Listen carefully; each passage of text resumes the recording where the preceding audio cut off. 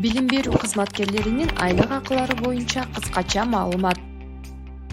Кыргыз Республикасынын Министрлер Кабинетинин 2022 жылдын 30 мартындагы номер 181 токтомуна ылайык билим берүү системасынын педагогикалык жана айрым категориялардагы кызматкерлерине эмгек акы төлөөнүн шарттары бекитилген.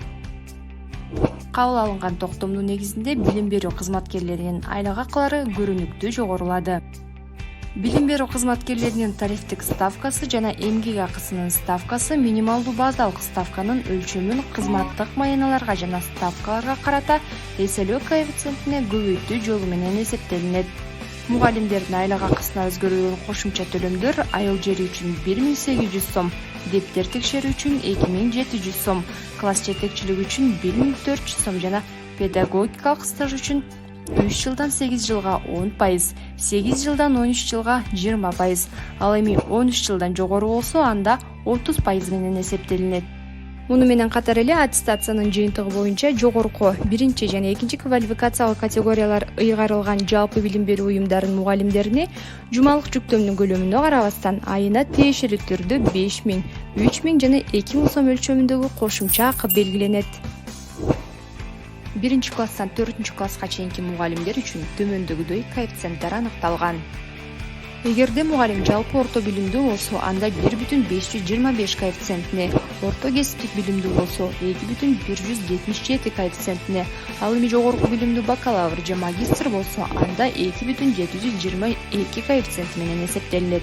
Ушундай эле тартипте калган мугалимдердин эмгек акысы таблицада көрсөтүлгөн коэффициенттер менен эсептелинет.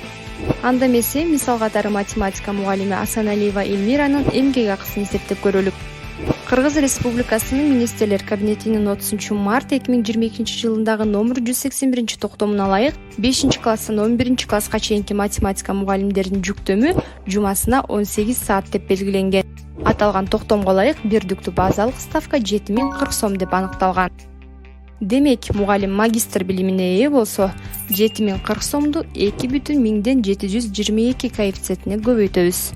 Бул 19163 сомду түзөт. 19163 сом бул мугалимдин негизги ставкасы үчүн сумма.